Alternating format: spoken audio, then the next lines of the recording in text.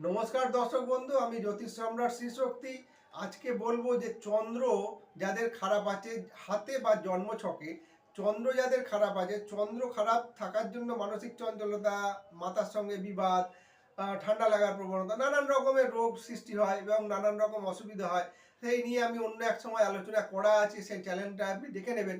কিন্তু আজকে আমি বলবো যে চন্দ্র যদি খারাপ থাকে, যারা চন্দ্রগ্রহের জন্য মহারত্ন ধারণ করতে পারছেন না, তারা কি করবেন টোটকা হিসাবে?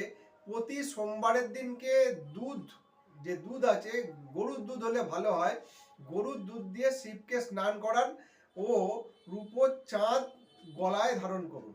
একটা রূপোর চাঁদ তৈরি করিয়ে নেবেন বা কিনে নেবেন, রূপোর চাঁদ একটা গলায় ধারণ করবেন।